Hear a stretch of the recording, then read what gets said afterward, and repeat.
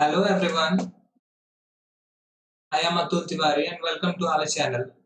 Last class में हम लोगों ने डिस्कस किया था एटम एंड मॉलिक्यूल्स चैप्टर का इंट्रोडक्शन और आज जो हम लोग स्टार्ट करने वाले हैं वो एटम एंड मॉलिक्यूल्स चैप्टर का टॉपिक एटम एंड मॉलिक्यूल्स ही मतलब ये है कि आज हम लोग समझेंगे कि एटम्स क्या है, मॉलिक्यूल्स क्या है, एटॉमिक फार्मूला क्या है, मॉलिक्यूलर मास क्या है। अगर आप कैसे एटम्स को आप डिनोट कर सकते हो, क्या सिंबल होता है, तो इन सभी के बारे में डिस्कस होने वाला है। इसके अलावा आप कुछ क्वेश्चंस भी करेंगे कि कैसे किसी के मॉलिक्यूलर मास को फाइंड कर सकते हैं या कोई एटम कैसे एग्जिस्ट में आया या कैसे पता चला कि ये एटम ये ही है। अगर H हम बोल रहे हैं तो वो हाइड्रोजन है, वो कैसे पता चला, इसको हम लोग डिस्कस करेंगे। तो जैसा कि हम लोग देख सकते हैं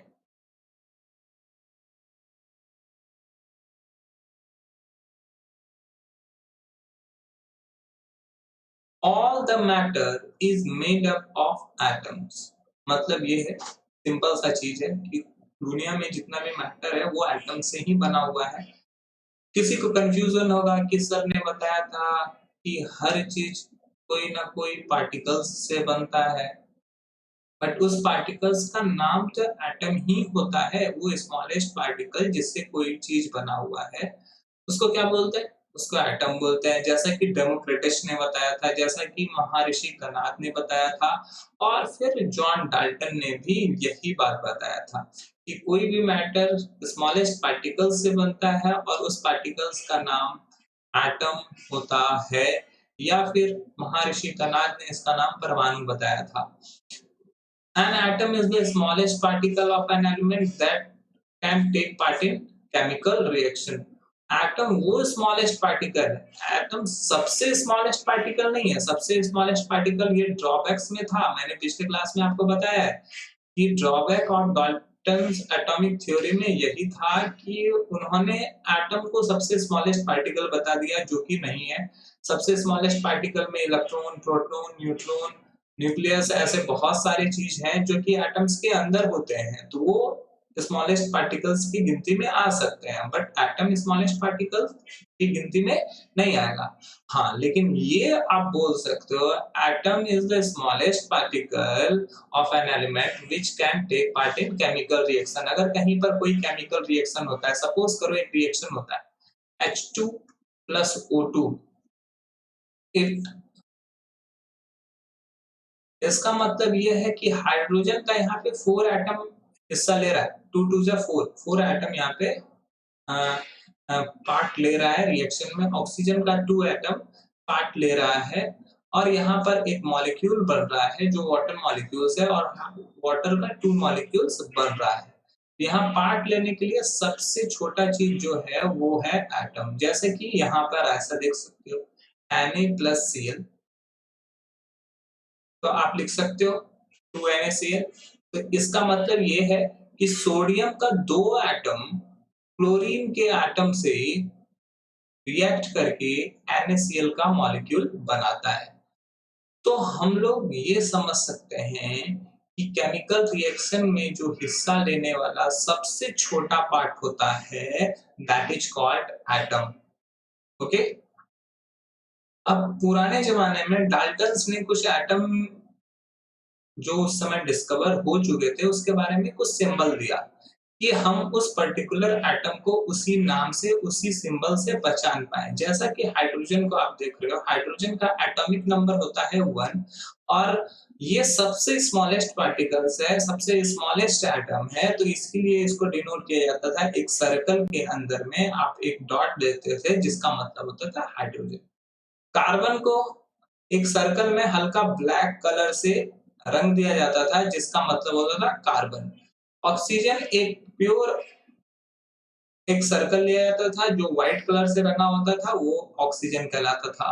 फास्फोरस का सिंबल आप देख सकते हो कि सर्कल के अंदर में ये सिंबल, सल्फर प्लस साइन बना होता था। एक आयरन के लिए सर्कल के अंदर में आई फॉर आयरन, कॉपर के लिए सी लिखा होता था, लेड के लिए एल, सिल्वर के लिए कैपिटल एस गोल्ड के लिए जी, जबकि उसके लिए गोल्ड के साइनिंग के लिए उसके सर्कल में कुछ ऐसा सिंबल रहता था।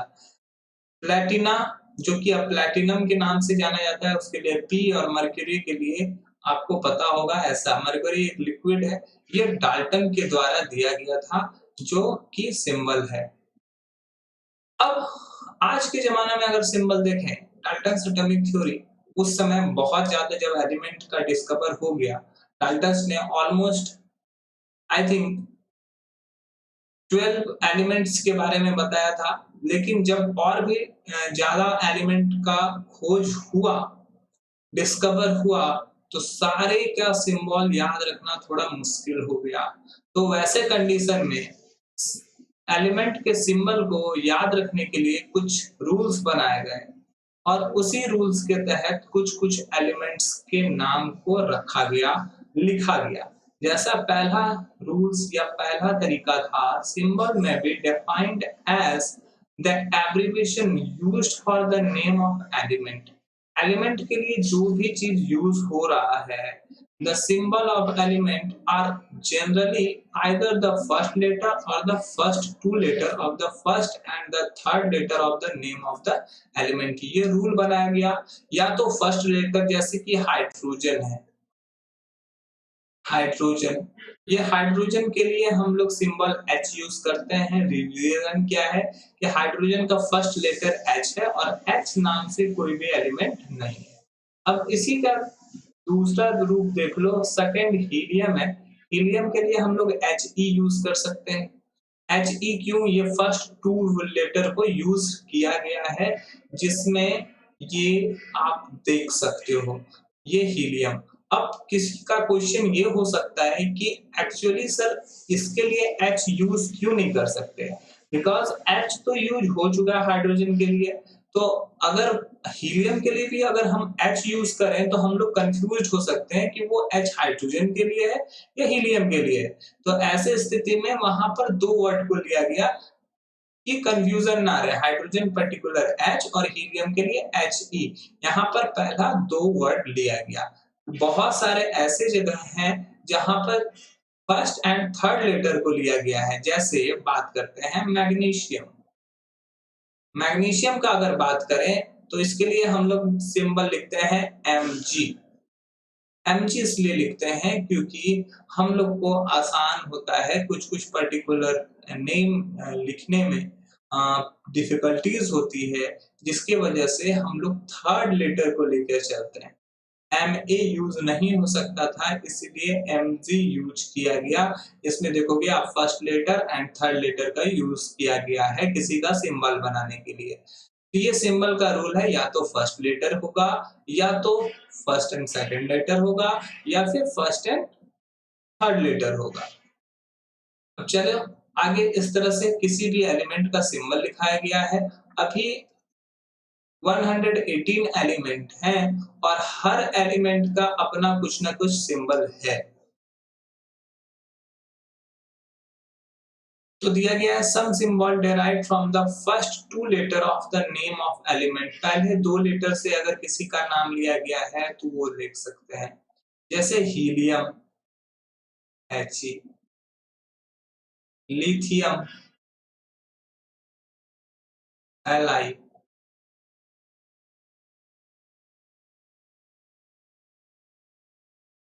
नियन Ne, aluminium Al, silicon Si। आप हर एलिमेंट में देखो, ये सब एलिमेंट, हीलियम एटॉमिक नंबर इसका 2 होता है और इसका सिंबल है He, ये फर्स्ट टू लेटर है। लिथियम एटॉमिक नंबर 3, सिंबल होता है Li, रीजन है first two letter. Neon atomic number 10, इसका भी फर्स्ट टू लेटर सिंबल के रूप में यूज किया गया है। एल्यूमिनियम एटॉमिक नंबर होता है 13, बहुत ही इंपॉर्टेंट एलिमेंट है हम लोग के लिए, और इसका भी first two letter. Silicon silica इससे बनता है Si एटॉमिक नंबर 14। तो हम लोग देख सकते हैं कि कुछ एलिमेंट्स ऐसे हैं जिसका सिंबल फर्स्ट 2 लेटर से लिखा गया है। ऐसे और भी एलिमेंट्स हैं जिसको मैं सारे एलिमेंट्स को तो यहाँ नहीं दिखा सकता, बट आप देख सकते हो, पीरियोडिक टेबल आप यूज कर सकते हो, इसके लिए आपको पूरा दिख जाएगा। मैंने कुछ एग्जांपल आपको यहाँ पर दिया है। अब चलते हैं एक और पर।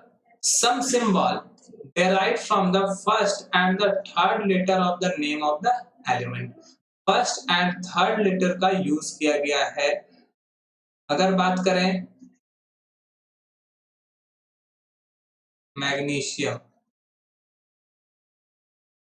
मैग्नीशियम के लिए हम लोग यूज करते हैं Mg।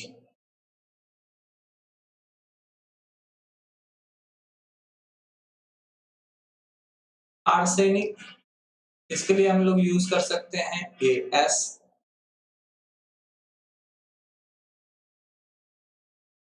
क्लोरीन, क्लोरीन के लिए हम लोग यूज कर सकते हैं Al।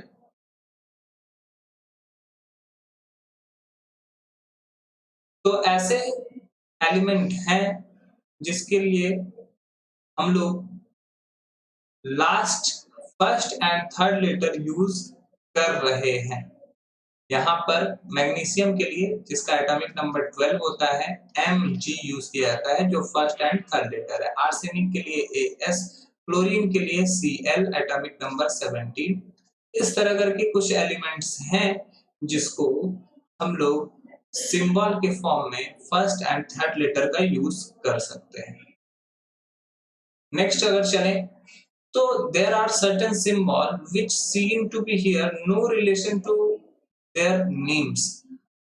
अगर किसी का नेम से कोई रिलेशन नहीं है, the symbol of these element are derived from the Latin names। Latin names के बेसिस पर भी बहुत सारे एलिमेंट का नाम दिया गया है, जैसे कि सोडियम, सोडियम का कुछ भी सोडियम का सिंबल होता है Na। एक्चुअली ये Na कहाँ से आया? सोडियम में फर्स्ट लेटर और सेकंड लेटर या first letter third letter Na नहीं है, तो ऐसे स्थिति में इसको लैटिन नेम से यूज किया गया है। नाट्रियम इसका लैटिन नेम है जहां से Na लिया गया है। ऑरम, ऑरम से Au लिया गया है। एक्चुअली ये गोल्ड को बोला जाता है ऑरम। एटॉमिक नंबर इसका 79 होता है। सोडियम का एटॉमिक नंबर 11 होता है। तो ऐसे बहुत सारे एलिमेंट हैं जैसे कि पोटेशियम, पोटेशियम का हम लोग सिंबल के यूज करते हैं, बट एक्चुअली इसका जो नाम है वो है कैलियम। कैलियम ये लैटिन नेम है, वहां से इसका सिंबल के यूज किया गया है। इसका एटॉमिक नंबर 19 होता है और एक्चुअली ये पोटेशियम है जो कि जिसका सिंबल के है। तो इस तरह से कुछ ऐसे भी एलिमेंट हैं जिसका लैटिन नेम यूज किया जाता है फेरस।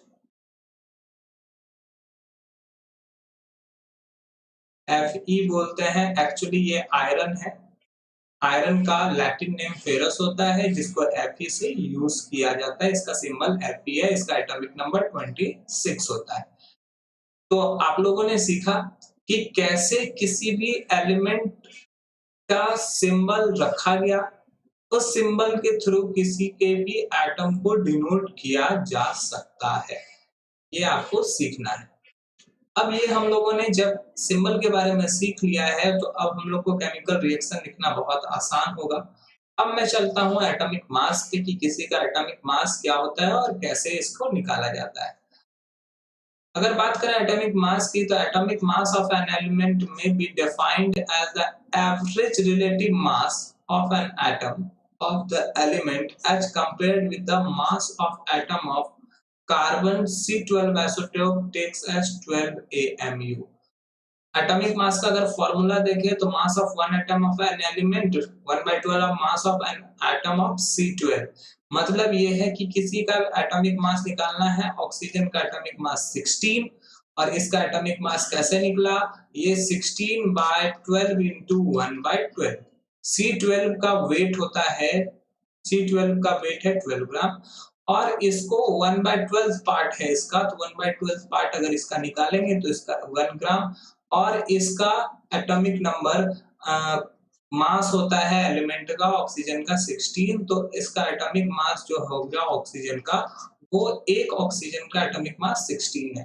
अगर किसी का भी एटॉमिक मास निकालें, सपोज करो क्लोरीन का एटॉमिक मास निकालते हैं, तो कैसे क्लोरीन का एटॉमिक मास होगा? क्लोरीन का एटॉमिक मास 35.5 होता है। ये कैसे हुआ 35.5?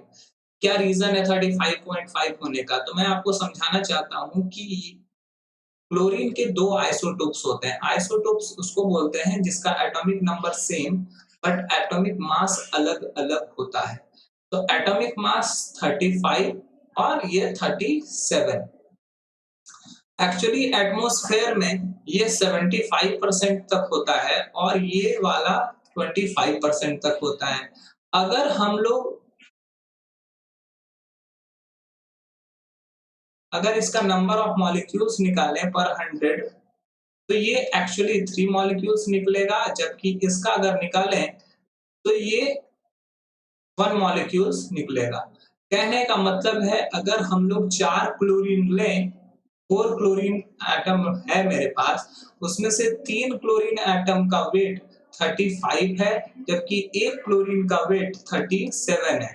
जब हम लोग इसका एवरेज निकालेंगे 3 into 35 प्लस 1 into 37 और एवरेज निकालने के लिए हम लोग टोटल नंबर ऑफ एटम से इसको डिवाइड करते हैं, तो टोटल नंबर ऑफ एटम है यहाँ पर 3 plus 1, total number of atom is 4। अगर इसको ध्यान से देखोगे तो 35 into 3 105 प्लस 37 by 4, अगर ये हो जाएगा 142 by 4, और इसको जब आप कट करोगे तो 35.5। तो ये क्लोरीन का एक्चुअली वेट 35.5 इसलिए होता है क्योंकि ये एवरेज एटॉमिक मास लिखा होता है किसी भी चीज का, उसका आइसोटोप्स से उसका एवरेज एटॉमिक मास निकाला जाता है, एवरेज रेशन निकाला जाता है, और उससे हम लोग किसी का भी एटॉमिक मास निकाल सकते हैं। तो क्लोरीन का एटॉमिक मास 35.5 होता है। तो इस तरह से हम लोगों ने समझा कि एटम क्या है, उसका सिंबल कैसे लिख सकते हैं और उसका एटॉमिक मास कैसे निकाल सकते हैं। अब बात करते हैं मॉलिक्यूल्स की। मॉलिक्यूल्स क्या है, मॉलिक्यूल्स कैसे बनते हैं? A molecule is a smallest particle of an element or compound that has independent existence. अब मैंने एटम के बारे में बताया कि वो छोटा से छोटा चीज है, जो पार्ट है जो केमिकल रिएक्शन में पार्टिसिपेट कर सकता है, बट एक्चुअली वो फ्री स्टेट में रह नहीं सकता। वो जब फ्री स्टेट में रहेगा तो किसी ना किसी से रिएक्शन करना होगा। जैसे हाइड्रोजन अगर फ्री है तो ये ऑक्सीजन से रिएक्ट कर लेता है और वाटर मॉलिक्यूल्स बना लेता है। लेकिन यहाँ पे देखो वाटर मॉलिक्यूल्स जो है वो एकदम एग्जिस्ट कर सकता है, हम लोग के नेचर में एग्जिस्ट करता भी है, हम लोग देखते भी हैं वाटर मॉलिक्यूल्स को। ऐसा इसका रीजन क्या है? ये इंडिपेंडेंट है इसलिए ये एग्जिस्ट करता है। और ये इंडिपेंडेंट क्यों है? क्योंकि ये एक मॉलिक्यूल है और मॉलिक्यूल हमेशा इंडिपेंडेंट होता है। A molecule is the smallest particle of an element or a compound that have independent existence. A molecule contain two or more than two atom. Molecule में 2 एटम भी हो सकता है, 2 से ज्यादा एटम भी हो सकता है। जैसे ये भी एक मॉलिक्यूल है, ये अकेले घूम सकता है बट ये एटम के फॉर्म में नहीं रह सकता। O2 ये भी एक मॉलिक्यूल है, Cl2 ये भी एक मॉलिक्यूल है, HCl ये भी एक मॉलिक्यूल्स है, H2O मॉलिक्यूल्स है, NH3 एक मॉलिक्यूल्स है, ये भी एक मॉलिक्यूल्स है। तो ये सभी कोई ना कोई एक मॉलिक्यूल्स ही हैं। जो कि 2 एटम से बना हुआ है या 2 से ज़्यादा एटम से बना हुआ है। अगर यहाँ पे बात करें तो हाइड्रोजन का 2 एटम है, ऑक्सीजन का 2 एटम है, क्लोरीन का 2 एटम है। यहाँ पर 2 एटम है लेकिन एक हाइड्रोजन का है और दूसरा क्लोरीन का है। यहाँ पे 3 एटम है, यहाँ पर 4 एटम है, यहाँ पर 5 एटम है। तो इस तरह से आप देख सकते हो मिनिमम किसी भी मॉलिक्यूल को बनाने के लिए 2 एटम चाहिए और मैक्सिमम हम बता नहीं सकते। यहाँ C5H C25H52 इसका नाम होता है पेंटाकोशेन।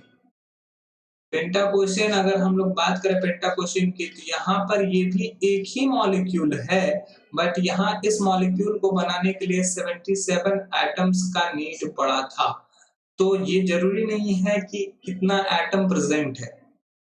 मॉलिक्यूल्स बनाने के लिए मिनिमम 2 एटम चाहिए, मैक्सिमम का कोई भी अंदाजा नहीं लगा सकता है।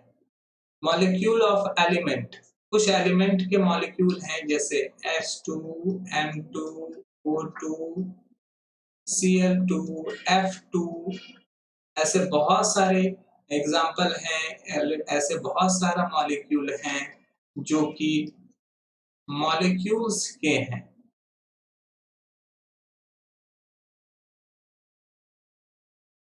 ये सब जो मॉलिक्यूल हैं वो किसी न किसी एलिमेंट से ही बने हुए हैं। जबकि मॉलिक्यूल और कंपाउंड के बारे में बात करें तो कंपाउंड मींस दो अलग-अलग एलिमेंट से ये बना हुआ है। HCl, NaCl, H2O, NH3, PH3, ये सब मॉलिक्यूल्स जो बना हुआ है, ये सारे मॉलिक्यूल्स कंपाउंड मॉलिक्यूल्स कहलाते हैं। ये एक्चुअली इसलिए ऐसे कहलाते हैं क्योंकि यहाँ पर दो अलग-अलग एटम प्रेजेंट हैं, दो अलग-अलग एलिमेंट के एटम प्रेजेंट हैं। दो एटम प्रेजेंट हैं तभी ये मॉलिक्यूल बन रहा है, लेकिन दो अलग-अलग एटम के प्रेजेंट हैं, इसीलिए ये मॉलिक्यूल ऑफ कंपाउंड कहलाते हैं। जबकि मॉलिक्यूल ऑफ एलिमेंट में दो सेम एलिमेंट एक दूसरे को कनेक्ट करते थे या जुड़ते थे। तो इस तरह से हम लोगों ने समझा कि मॉलिक्यूल्स ऑफ कंपाउंडिंग क्या है। अब हम लोग थोड़ा और आगे डिस्कस करते हैं molecular mass and molecular formula mass. Molecular mass and formula mass के बारे में अगर मैं बोलूं तो molecular mass of a substance, an electric or a compound may be defined as the average relative mass of a molecule of a substance as compared with mass of an atom of carbon C12 isotope taken as 12 AMU. Mass of one molecules of a substance. Substance किसी एक का substance कर लो, मास निकाल लो और 1/12 part of C12 carbon atom. Suppose करो water का मास कैसे निकालोगे? मॉलिक्यूलर मास, वाटर का मास हो गया total 18 into 12 into 12 part of C12, तो ये 1 हो जाएगा। वाटर का मॉलिक्यूलर मास जो होगा वो 18 हुआ, लेकिन ये 18 कैसे आया? तो मॉलिक्यूलर मास ऑफ वाटर निकालने के लिए you have to know about hydrogen and oxygen. आप ये वाटर मॉलिक्यूल्स हाइड्रोजन और ऑक्सीजन के लिए से बनता है, तो molecular weight of hydrogen and also we have to find molecular weight of oxygen. We have to find both. तो हाइड्रोजन का एक एटम का वेट 1 ग्राम होता है और यहाँ पे 2 हाइड्रोजन है तो 2 से मल्टीप्लाई होगा 2 ग्राम। एंड ऑक्सीजन का एक मॉलिक्यूल्स का एक एटम का वेट होता है 16 ग्राम, तो ऑक्सीजन का ये 16 ग्राम हो गया। टोटल वेट अगर बात करें ये हो जाएगा 2 gram of hydrogen plus 16 gram of oxygen, तो टोटल हो जाएगा 18 ग्राम ऑफ वाटर मॉलिक्यूल। तो इस तरह से हम लोग किसी का भी मॉलिक्यूलर मास निकाल सकते हैं। अब ग्राम मॉलिक्यूलर फॉर्मूला क्या है या ग्राम मॉलिक्यूलर मास के बारे में अगर बात करें तो gram molecular mass of a substance is defined that much quantity of a substance whose mass expressed in gram in numerically equal to the molecular mass। Actually अगर ग्राम मॉलिक्यूलर मास किसी का भी निकालते हैं, जैसे फाइंड द, आपको question है find the gram molecular mass of HCl, तो आपको क्या करना है? Mass of hydrogen plus mass of chlorine करना है। सबको ऐड करना है, जितने भी एटम प्रेजेंट है सबके मास को ऐड कर दीजिए। तो हाइड्रोजन का मास होता है 1 और क्लोरीन का मास होता है 35.5। ये 36.6 यू कहलाएगा। यू नहीं, ये माइक्रो कहलाता है और इसको एएमयू से भी डिनोट कर सकते हो। अब फॉर्मूला मास के बारे में बात करते हैं। Formula mass in any compound of obtained by the adding atomic mass of the atom in the formula unit of a compound। अगर कार्बन डाइऑक्साइड का मास निकालना है, इसमें क्या होता है, सबके मास को ऐड कर देते हैं। तो mass of carbon plus mass of both oxygen, mass of two oxygen atom, दो ऑक्सीजन एटम का वेट अगर निकाल लेते हैं तो अगर हो जाएगा। तो mass of carbon 12 plus 2 into oxygen का वेट होता है 16। तो अगर हम इसको देखें तो ये हो सकता है 12 plus 32 equals to 44 AMU, atomic mass unit. 44 AMU इसका वेट आ रहा है। तो इस तरह से हम लोगों ने फाइंड कर लिया कि फॉर्मूला मास क्या होता है और इसको निकालते कैसे हैं। चलिए स्टार्ट करते हैं कुछ क्वेश्चन और हम लोग समझते हैं कि क्या है वो question.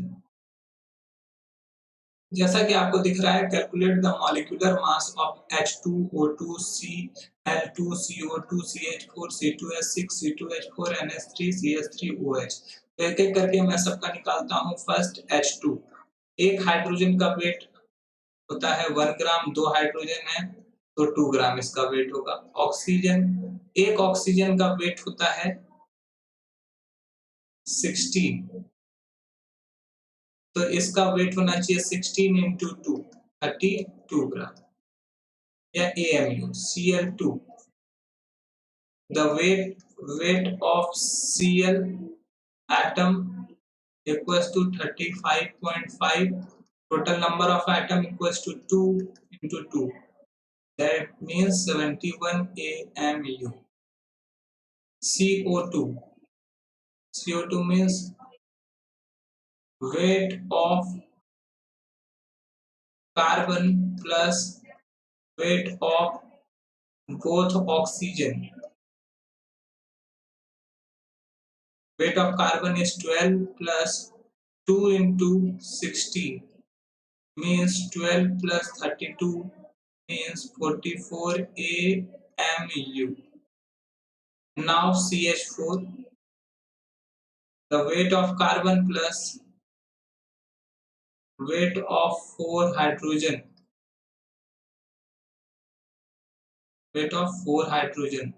then 12 plus 1 into 4, that means 12 plus 4, that means 16। C2H6, weight of 2 carbon atom plus weight of 6 hydrogen atom। अगर इसको देखेंगे तो 2 into 12 plus 6 into 1, that means 24 plus 6, 30। Next question है C2H4, weight of 2 carbon atom plus weight of 4 hydrogen atom। अगर इसके बारे में बात करें तो वही होगा 2 into 12 plus 1 into 4, ये हो जाएगा 24 plus 4 means 28 AMU। And second last is NH3, weight of 1 atom of nitrogen plus weight of 3 hydrogen atom means 1 into 14 plus 3 into 1, ये हो जाएगा 14 plus 3 means 17 gram. And last is CH3OH, weight of one carbon atom plus weight of 4 hydrogen atom plus weight of 1 oxygen, all will add together 12 plus 4 plus 16 means 36 ग्राम। तो ये इस तरह से हम लोगों ने सारे का मॉलिक्यूलर वेट फाइंड कर लिया। Now second is calculate the formula unit mass of ZnO Na2O8CO3 given atomic masses of zinc का 65 है। We have to find ZnO, तो mass of Zn plus mass of oxygen, यही करेंगे। तो mass of Zn क्या है 65 plus mass of oxygen 60, that means 81 U. Now second is Na2O, mass of 2 sodium plus mass of 1 oxygen। एक oxygen का अगर करेंगे तो 2 into 23 plus 1 into 16 46 plus 60, that means 62। and now last one is A2CO3, mass of 2A plus mass of 1C plus mass of 3 oxygen। तो 2 kelvin का weight 2 into 39 plus 1 into carbon का weight हो गया 12 plus oxygen 3 into 16, that means 78 plus 12 plus 48। तो ये add कर दो 138 U। इस तरह से आप उसका फॉर्मूला यूनिट मास भी निकाल सकते हो। And last question is calculate the molar mass of the following substance ethyne C2H2। C2H2 का निकालेंगे mass of 2 carbon plus mass of 2 hydrogen, दोनों का निकालना है। 2 कार्बन, एक कार्बन का वेट 12 होता है प्लस एक हाइड्रोजन का वेट 1 ग्राम होता है। अगर इसको कैलकुलेट करें तो 24 प्लस 2 मीन्स 26 U। अगर phosphorus molecule P4, B number, mass of P4, mass of 4 atom of P, तो 4 एटम है, एक एटम का वेट दिया हुआ है 31, 4 से मल्टीप्लाई हो जाएगा, ये हो जाएगा U। Now third number is hydrochloric acid. Third number is mass of HCl, in which mass of hydrogen plus mass of chlorine Cl। एक हाइड्रोजन का वेट है 1 ग्राम और हाइड्रोजन का एक ही एटम है। क्लोरीन का वेट होता है 35.5 और क्लोरीन का भी एक ही एटम है। अगर इसको मल्टीप्लाई करें तो 1 प्लस 35.5, इसका हो जाएगा 36.5।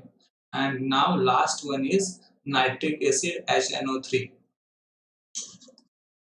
mass of HNO3 तो यहाँ पे सबके मास को ऐड करना है। Mass of hydrogen, mass of H plus mass of N